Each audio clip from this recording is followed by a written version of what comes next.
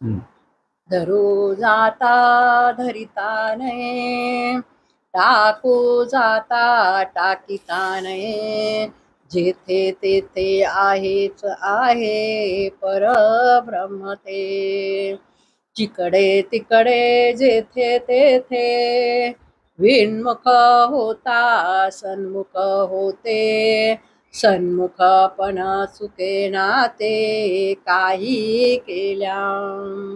ठीक. ग्रंथराज दासबोध 20वा दशक, त्यातला हा 10वा शेवटचा समास आहे. विमळ ब्रह्मदेव. दासबोधामध्ये काय आहे मुख्यत्वे? दासबोधामध्ये परब्रह्म स्वरूपाची ओळख समर्थ करून देत आहे. आता परब्रह्म म्हणजे काय आणि कसं ते अगदी नीट ज्याला म्हणतात, व्यवस्थित ज्याला म्हणतात, सहज समजेल अशा पद्धतीने ह्या शेवटच्या समासात समर्थ सांगतात.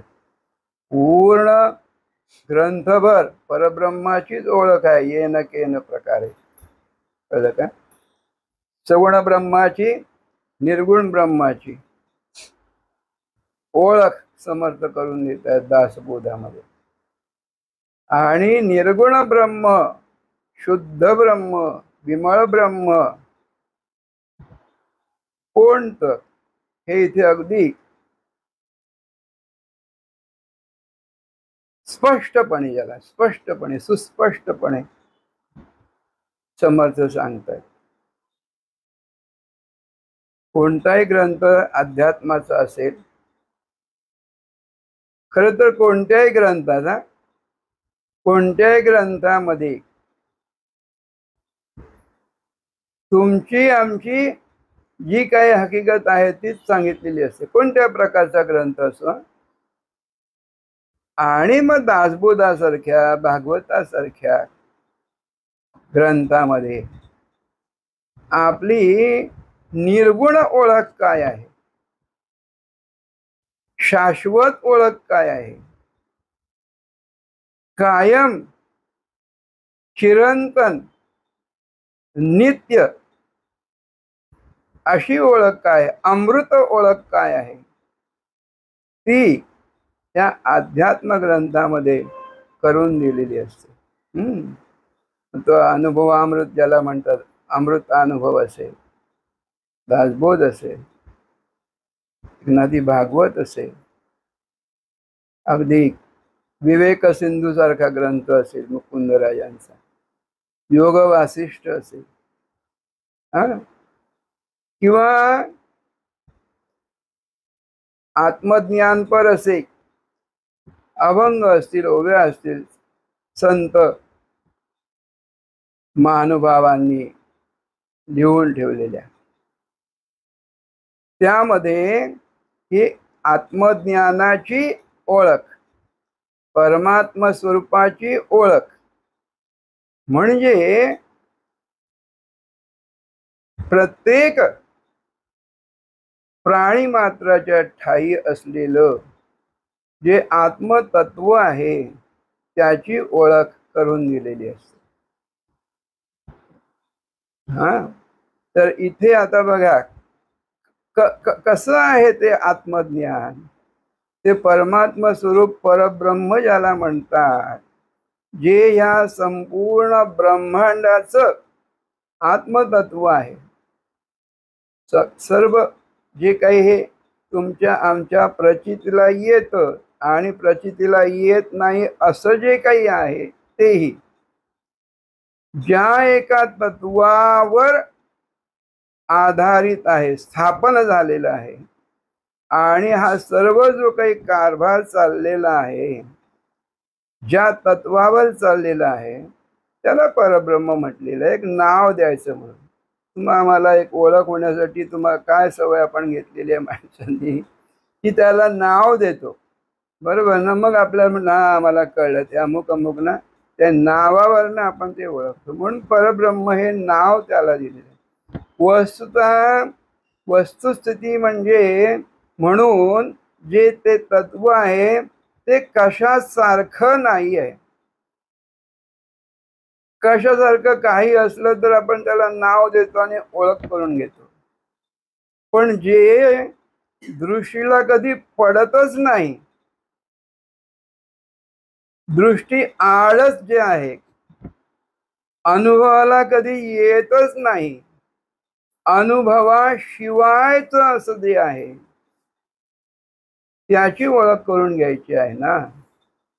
हा, संत, महानुभाव, साक्षात्कारी जे कोणी होऊन गेले ते, त्यांना ते जे आकलन होतं परब्रह्माचं ना, त्याविषयी ते सांगतात की जेणेकरून तुमच्या आमच्यासारख्या अज्ञ लोकांना ते थोडं कळेल, त्याचं आकलन होईल आणि मग जीवनामध्ये जे स्थिर तत्व आहे त्याची ओळख करून ह्या अस्थिरतेपासून ते मोकळे होतील. हे सगळं जे काही अनुभवातलं तुमच्या आमच्या आयुष्य म्हणून आहे, जीवन म्हणून आहे, संबंध सृष्टीचं चक्र म्हणून उभं राहिलेलं आहे, बरोबर. आणि ज्याला आपण आपलंच हे सगळं आहे असं मानून बसलेलं आहोत. खरं तर आपलं यात काहीच नाही. आपला म्हणून जो अनुभव येतोय आपल्याला तोही आपला नसतो, कधीच नसतो. तुम्ही आम्ही आपली ओळख काय करून घेतलेली आहे की जन्म अमुक जो झालेला आहे ती ओळख घेतलेली आहे. मग जन्म कशाचा झालेला आहे तर देहाचा झालेला आहे आणि देहाचं जे काही आहे ते माझं आहे आणि देहाच्या संबंधित जे काही आहे ते माझ्याच अनुभवातलं माझं म्हणून खरं मानलेलं आहे तुम्ही आम्ही प्रत्येकाने.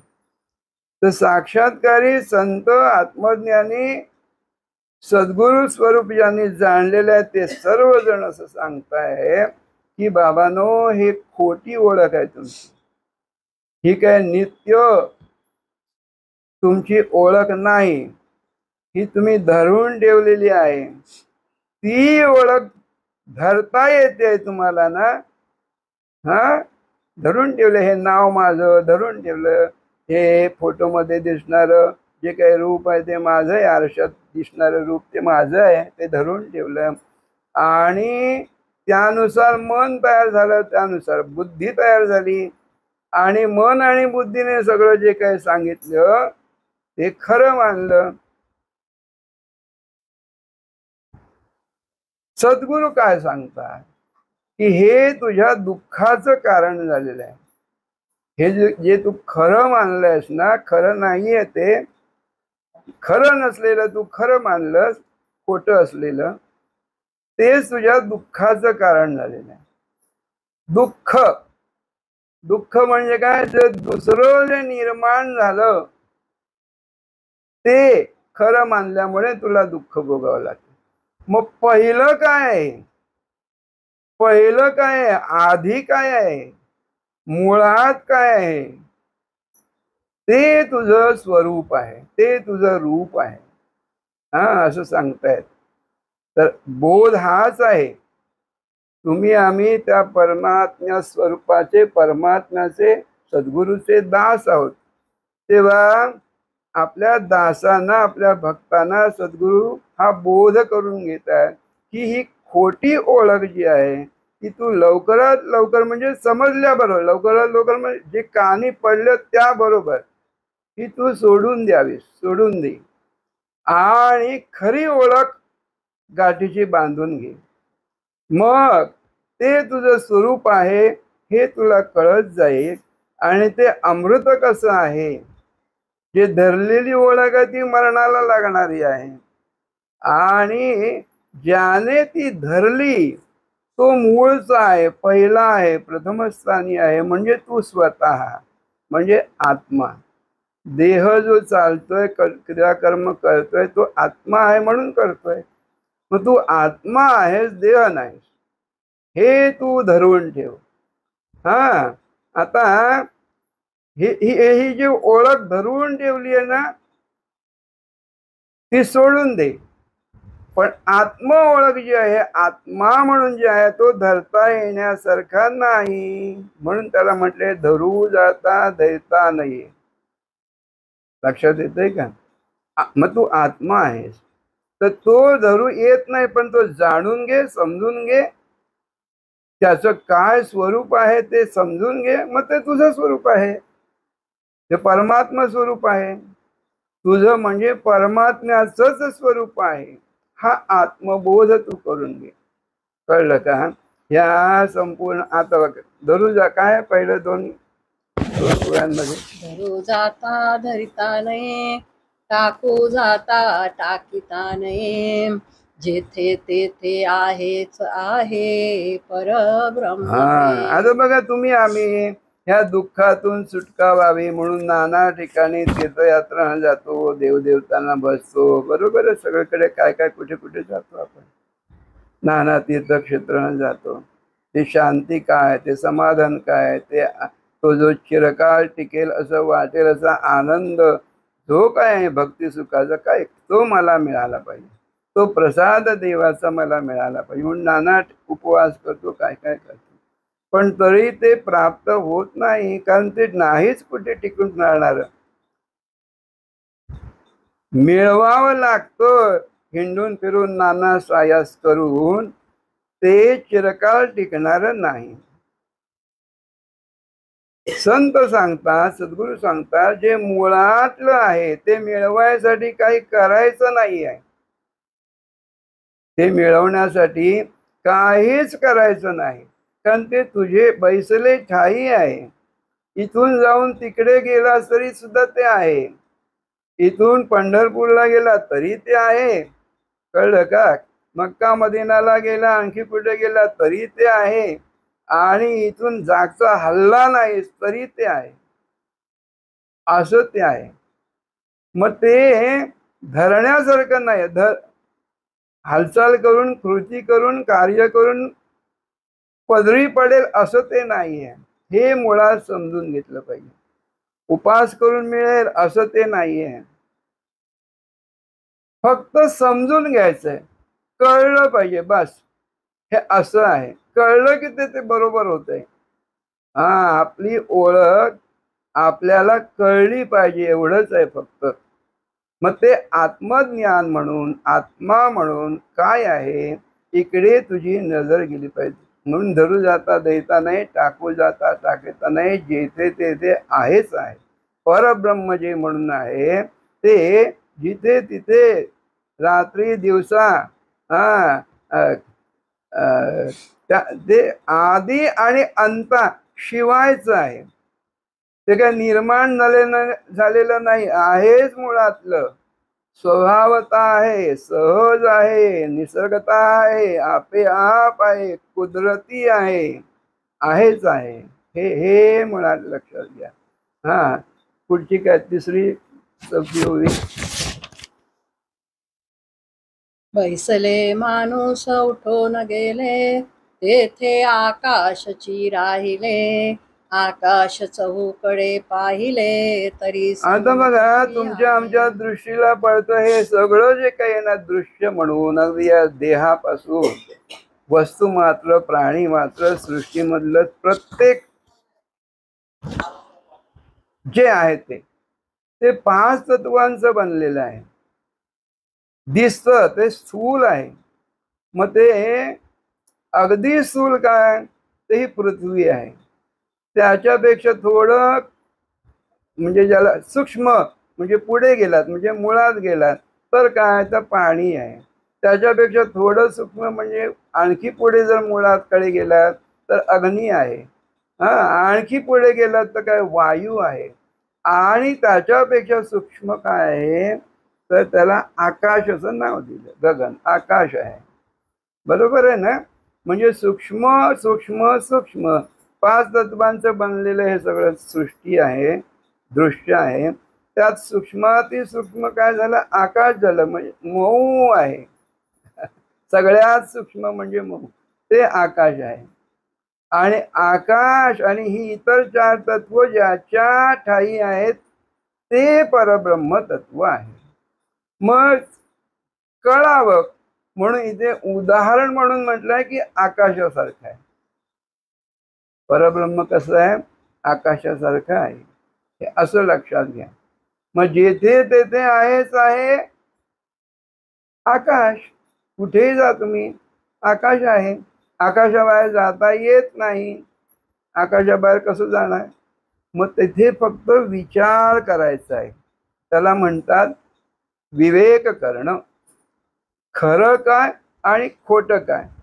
मग विवेक करून खोटं म्हणजे नाहीच होईल, मरणाला लागेल असं काय आहे, नष्ट होईल असं काय आहे, तर ह्या पृथ्वी आप तेज वायू आणि आकाशही त्यातच खरं जमा होत आहे. कळलं का? हा, तर ते आकाशापेक्षा सूक्ष्म जे आहे त्याला आपण नाव देऊया आत्मा. आत्मा आत्मा म्हणजे तिथे पुन्हा थोडं काय म्हणतो आपण त्याला, शबल होणं, म्हणजे थोडस ते शुद्धतेमध्ये बिघाड येतोय. तर आत्माला तिथे समर्थांनी फार सुंदर योजना केली शब्दांची. पण आत्म्याला त्याने अंतःकरण, अंतरात्मा असं म्हटलेलं आहे. हा, म्हणजे आकाश असं नाव न म्हणता त्याला त्यांनी अंतरात्मा म्हटलंय. तुम्हाला समज यावी म्हणून. म्हणजे पृथ्वी आप तेज वायू आणि पुढे आकाशाऐवजी त्यांनी आहे ग्रंथामध्ये दासबोधामध्ये अंतरात्मा म्हटलेलं आहे. आकाश. हा, तेव्हा आकाशापर्यंत सुद्धा आपण आलेलो आहोत विचार करत. तर ते आकाश सुद्धा काय भासतं बघा, भास होतो आकाशात. आत्मा हा निराभास आहे. आकाशाचा भास होतो म्हणून तो नाही मध्ये म्हणजे शून्यामध्ये जमा होतो. हा, मग त्याला पण ते काही ना काही अंतरात्म्याचे गुण जे आहेत ते तिथे लागतायत. शून्यता आकाशाच्या ठिकाणी निर्माण होते. मग ते अंतरात्म्यापर्यंत तुम्ही आम्ही येऊन पोचते. त्याच्यापेक्षा सूक्ष्म आहे.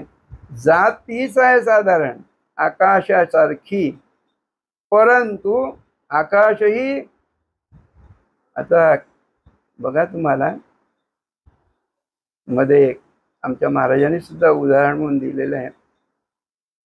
आकाश सुद्धा हलतंय.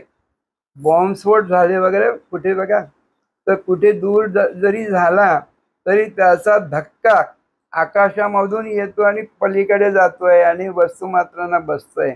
म्हणून वस्तू मागे कुठेतरी ते आमच्या महाराजांनी गोधीमध्ये तिकडे बॉम्बस्फोट झाले. हा, तिकडे.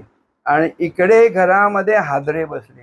आता इथे सुद्धा आपण बघतो, इथे ते सुरुंग लावून फोडले जात होते बघा डोंगर.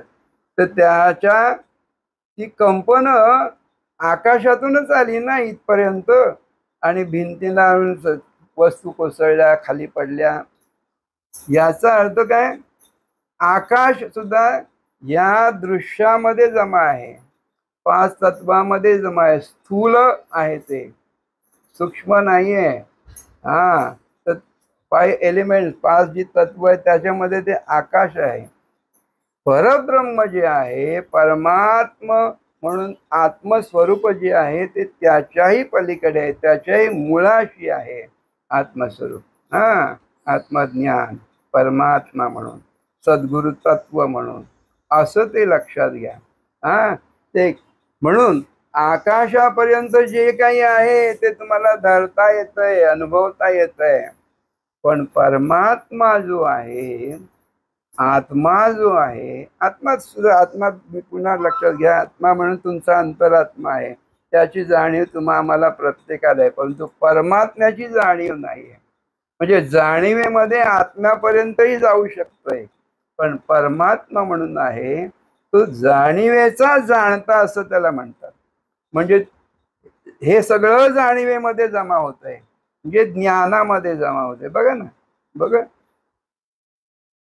ज्ञान म्हणजे आपल्या ठिकाणी जे कळते पण आहे, कळतं ना, समजतं ना आत्म्याला, आपणाला. मग तिथपर्यंत जाता येतं असं समजूया. म्हणजे आता इथून दृष्टी जरी लावली चंद्रावर हा, किंवा आकाशातल्या ताऱ्यावर, तरी ते ज्ञान तिथे जाऊन टेकतंय, ते दृष्टीला पडतंय, तो तारा, तो चंद्र. मग ते ज्ञान एवढं व्यापक झालंय, बरोबर आहे. त्या ज्ञानापेक्षाही व्यापक आहे ते परमात्म तत्व आहे, म्हणजे आत्मतत्वाच्याही पलीकडे ते आहे, असं झालं, असं ओळखा, असं ओळखा. मग धरू जाता धरता येत नाहीये, पण त्याचा बोध करून घेता येतोय.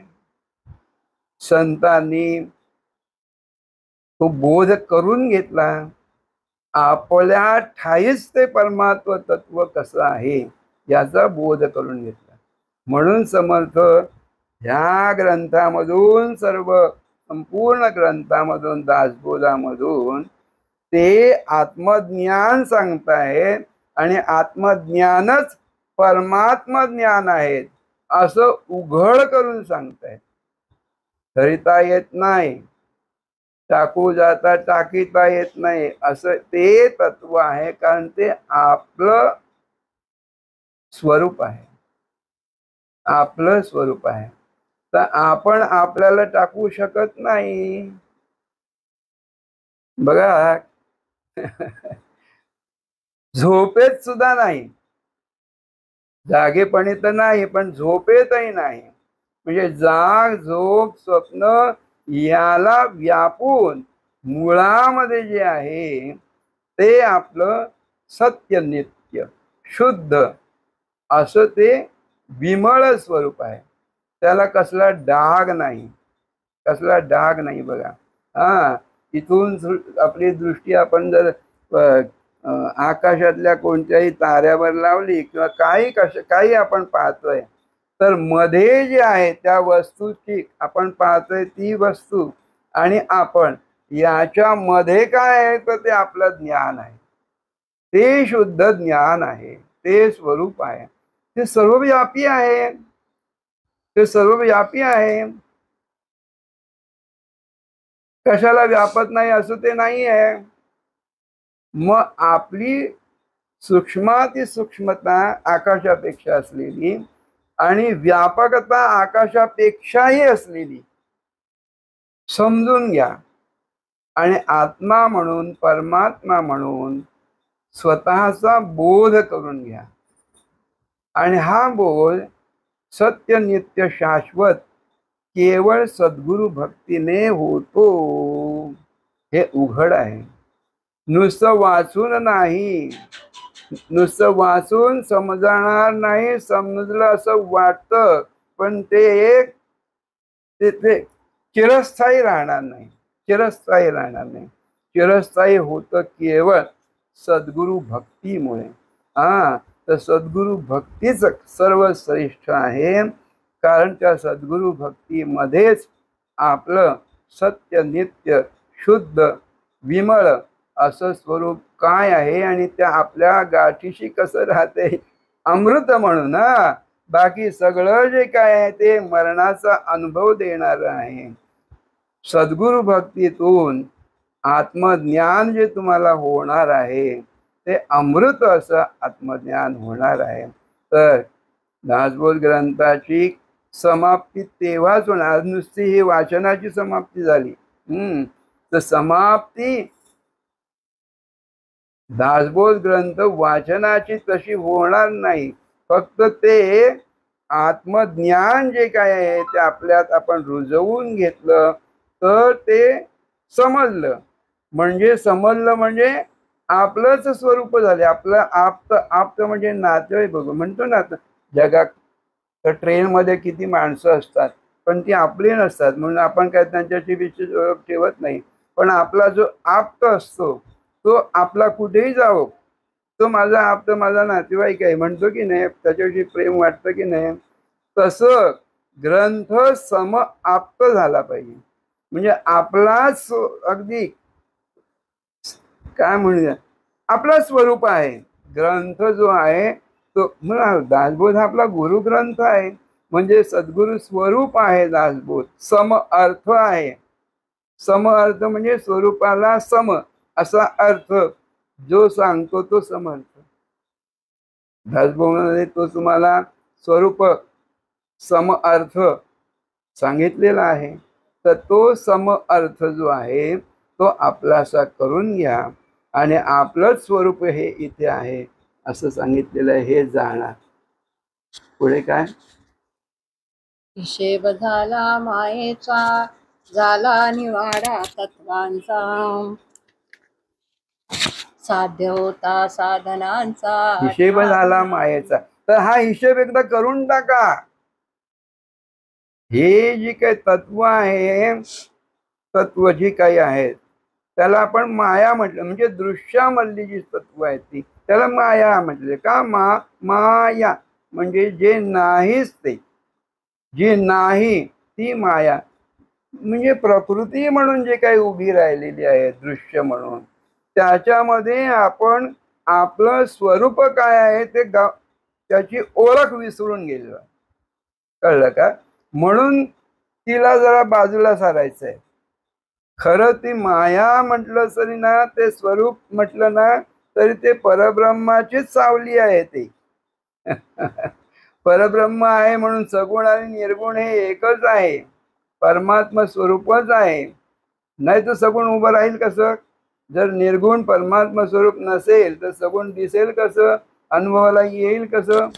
ते मुळामध्ये आहे तर ती स्वरूपाची छाया म्हणूया आपण, दिसते. ती फक्त खरं मानायचं नाहीये, ते व्यवहारापुरतं खरी मानायची आहे. आणि खरी ओळख घट्ट धरून ठेवायची ती त्या निर्गुण स्वरूपाची, आत्मस्वरूपाची, असं लक्षात घ्या. तेव्हा हिशेब मायेचा हिशेब लवकरात लवकर करा आणि जे सत्य नित्य आहे ते घट्ट धरून ठेवा. ते आपलं स्वरूप आहे, लक्षात घ्यायला पाहिजे.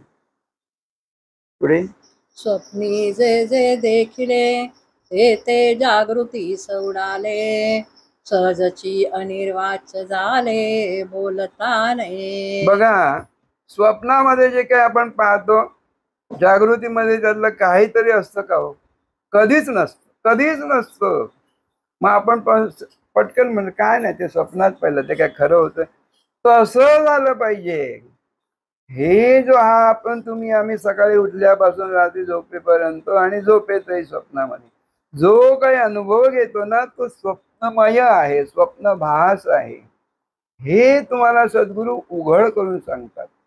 सारख्या ग्रंथामध्ये ही याची तुम्हाला काय जी ओळख घट्ट झालेली आहे ती सोडायची शिकवण आहे.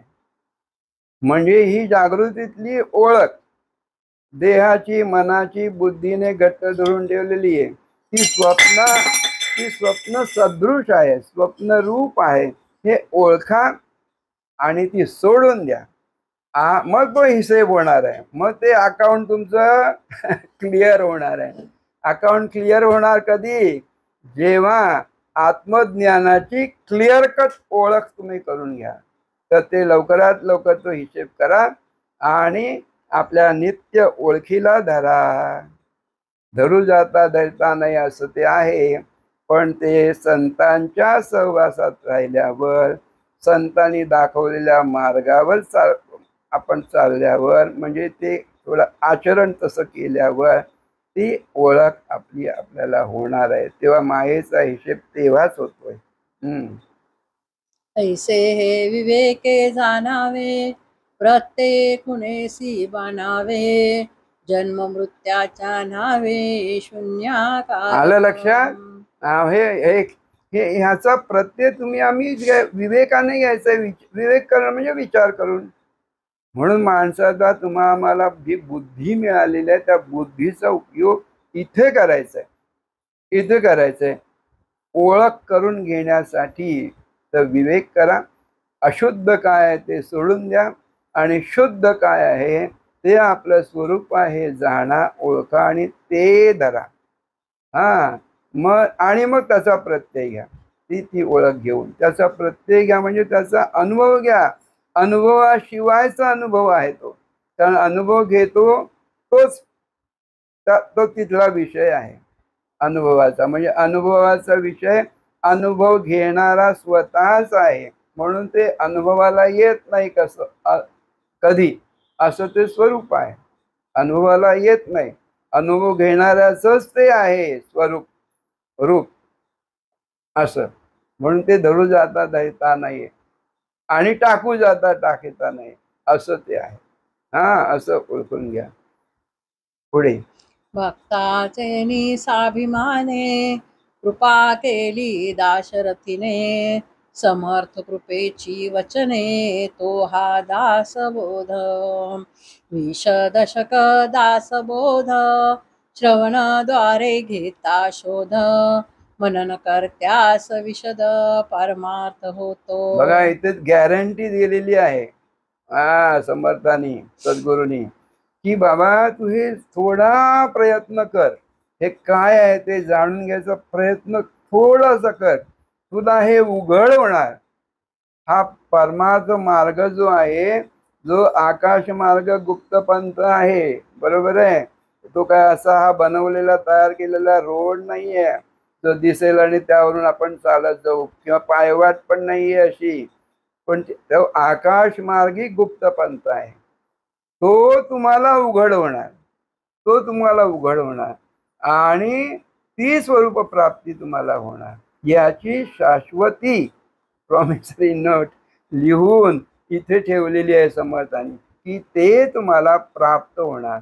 जे अप्राप्य आहे, सर्वसामान्यांना जे अप्राप्य आहे, ते सद्गुरु भक्ती जो करतो, सद्गुरूची आज्ञा जो पाळतो आणि त्या भक्तीतून आज्ञा पालनातून त्याला हे उघड होतं. म्हणजे तळहातावर एखादी वस्तू द्यावी तसं हे आत्मज्ञान त्याला प्राप्त होतो. ते तुम्हा सर्वांना आता जे कोणी ऐकत आहात त्यांना प्राप्त हो, हा सद्गुरूंचा आशीर्वाद आहे, हा निसर्गदत्त आशीर्वाद आहे. म्हणून तो रणजित आहे, मायेचं रण जिंकणारा आहे, कारण तो सिद्धराम स्वरूप तुम्हाला तुम्हीच कसे आहात हे सांगणारा आहे. जय गुरु प्रजा सद्गुरुनाथ निसर्गदत्त महाराज की जय. फुलं फुलं घाल. प्रजा सद्गुरुनाथ सिद्धरामेश्वर महाराज की जय. 20 दशक 200 समास, साधके पहावे सावकाश, विवरता विशेष विशेष कळो लागे. ग्रंथांचे करावे स्तवन, स्तवनाचे काय प्रयोजन, येथे प्रत्ययास कारण प्रत्ययो पहावा. देहे तव पाचा भूतांचा, करता आत्मा तेथीचा, आणि कवित्व प्रकार मनुष्याचा कशावरून